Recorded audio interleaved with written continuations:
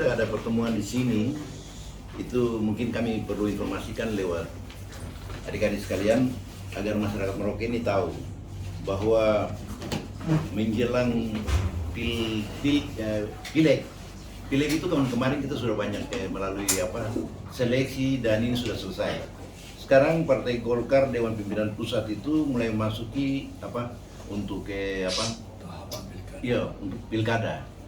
Jadi di pilkada ini ada surat tugas. Surat tugas ini sebenarnya ditujukan kepada fungsionaris partai. Jadi di Golkar itu bukan semua orang kader, tapi ada kader yang menjadi fungsionaris. Dan fungsionaris partai ini berdasarkan surat nomor 1268 DPD Golkar ini. DPD sebenarnya DPP Golkar bulan 11 2023 itu memberikan tugas kepada Saudara Hendrikus Mause.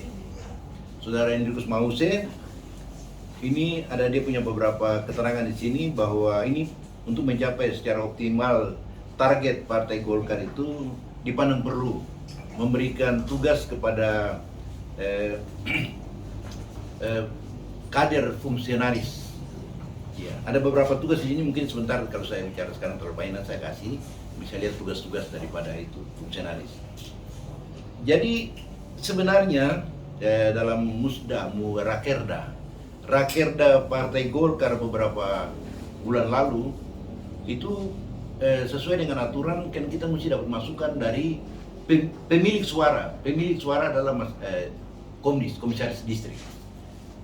Itu mereka semua mencalonkan 100% untuk Hendrik. Dan pemberian tugas ini sebenarnya nanti kalau dengar di luar ada yang dapat itu tidak sah menurut kami tidak. Itu jalan potong yang kita belum lacak itu jalannya bagaimana sampai bisa begitu. Tapi yang pasti Hendrik dapat. Terus di sini juga ada untuk Pak Yusak sebagai calon gubernur, ada juga Pak John Rubah. Kalau ada yang mau ambil di sini saya bisa kasih tunjuk surat tugas ini. Jadi ini diberikan tugas kepada para fungsionaris yang dilihat itu punya kecakapan dan kelayakan untuk menjadi pimpinan daerah.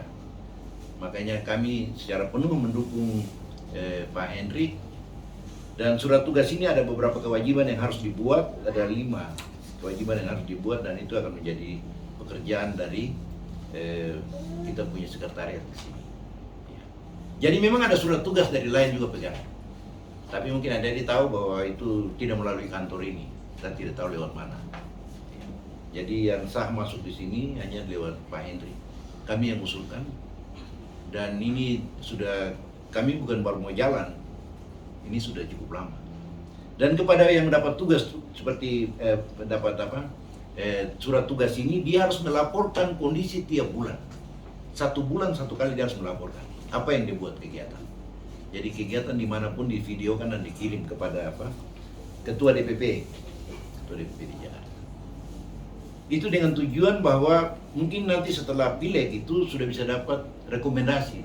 Rekomendasi ini yang bersangkutan berhak maju sebagai bupati, calon bupati dari usungan Partai Golkar.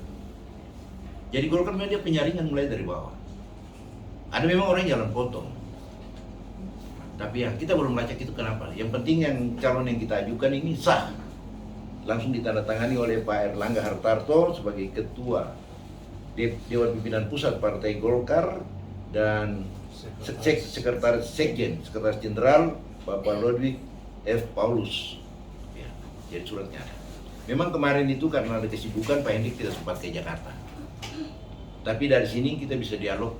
Kebetulan Pak Doli ini sebagai masih termasuk Ketua PLT, Ketua Partai Golkar Provinsi Papua.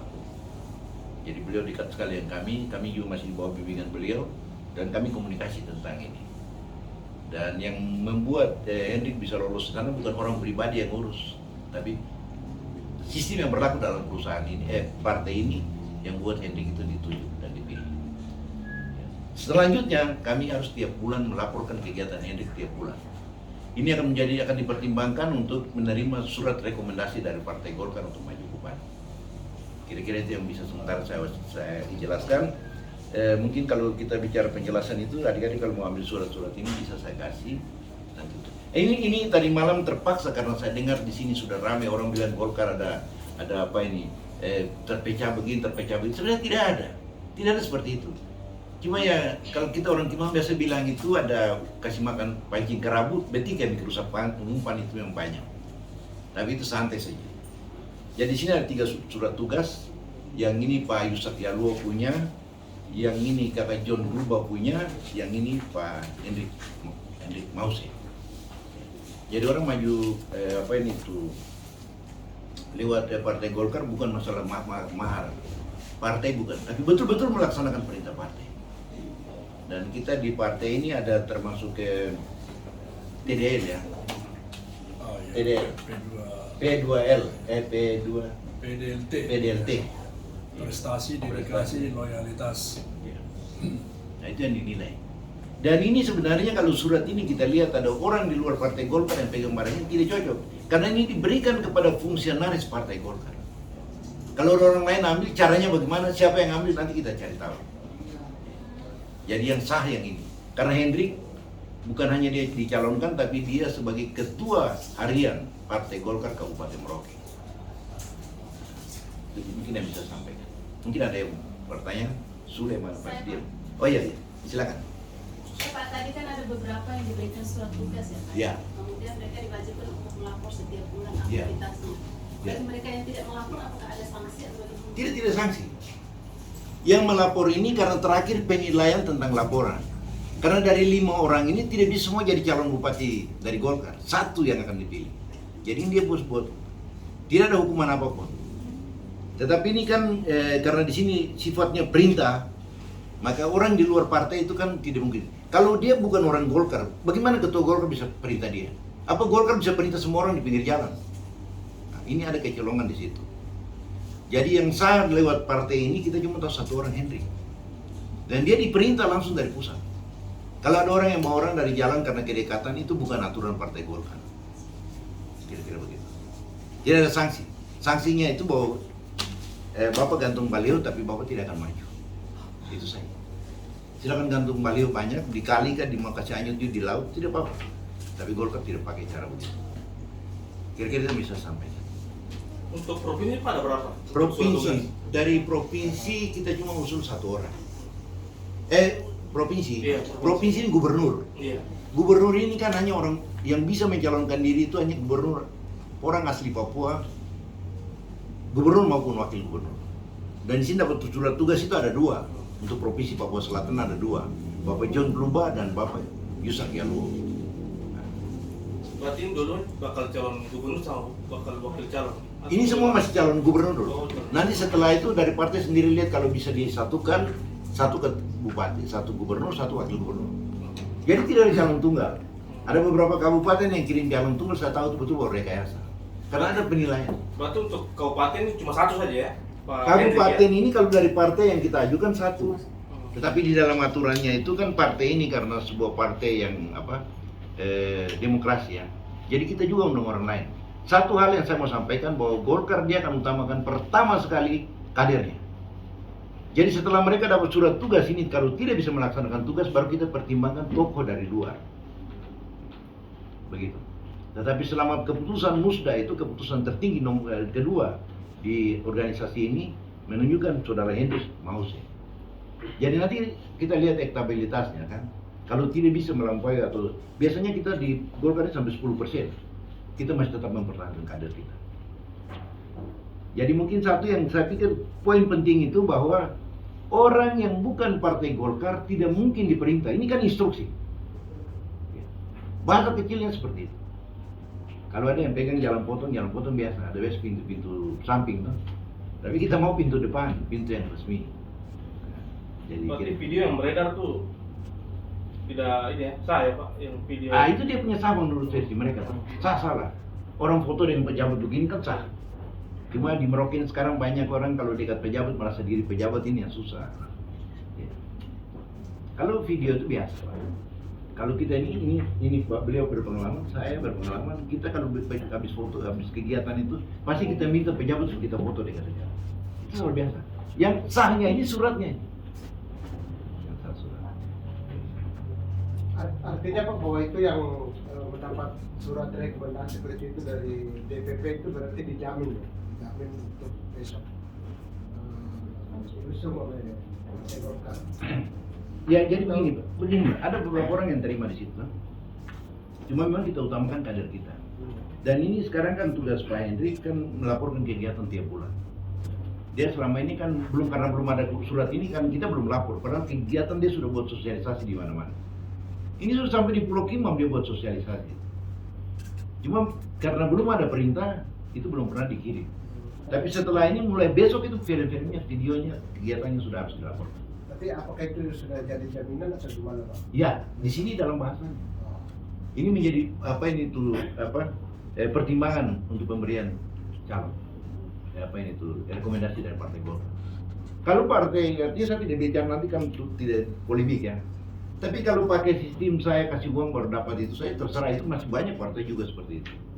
Karena Ya. biasanya kan Bapak bisa namanya politik itu kan dalam 1 detik kan bisa berubah. Iya betul. Ya. Tapi kita ini kan ada tulis. Selama semua orang yang masih bisa baca dia bisa tahu. Mungkin adik-adik ini kan masih ada juga. 5 tahun lalu kan kami mulai buka dari sini. Pendaftaran semua di sini. Di sini ada 35 orang mendaftar sebagai calon bupati. Lalu kabupaten ini kita seleksi. Setelah seleksi administrasi di sini, itu hampir semuanya lolos administrasi. Kami bawa ke pusat provinsi Papua. Provinsi Papua di sana dites akademi. Jadi mereka itu kita ambil dari Uncen dites. Tahun ini kami cuma kaget ada edaran keluar setelah tiba-tiba ada panggilan. Dan itu tidak sah sama sekali. Tapi daripada kita ribut-ribut, ya sekarang kita bicara. Pertama dari kalimat ini saja, ini memberikan tugas, menugaskan fungsionaris, kader fungsionaris. Hendrik ini kan sudah ikut fungsionaris, pendidikan politik, akademik, Golkar sudah. Sementara yang lain, tidak ada satu bendera Golkar pun di rumah. Bagaimana kau bilang kau kader Golkar, calon Golkar? Sabar dulu Pak, kau tahu dari mana? Jadi kira-kira saya bisa sampaikan, saya minta tolong adik-adik bisa buat berita macam ini karena saya punya kader Golkar menjadi emosi semua juga. Nah, kalau fisik daripada surat ini, Pak Yusak ada bawa. Cuma beliau ada pergi menghadiri pelantikan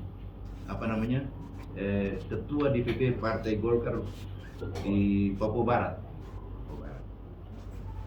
Jadi ini dari Pak Hendrik Mahuse punya, yang ini Kerajon Rubah punya, yang ini Pak Yusak Yalua punya. Dan mereka ini selama ini sampai tiap bulan melaporkan kegiatan harian. Jadi pertemuan di mana dilaporkan. Alamat juga sudah jelas, lapor kepada siapa semua sudah ada. Karena kegiatan selama ini Pak Hendrik buat hampir tiap hari ada pertemuan itu tidak dikirim kemana-mana. Tapi mulai dari sekarang kalau dia kirim itu sudah menjadi penilaian untuk dia. Kira-kira itu bisa. Mungkin bisa pegang itu kita ambil gambar. Oh iya. Ini belum bisa damping pilih rame-rame. Nah di mana? Yang baju Golkar. Baju Golkar itu. Iya.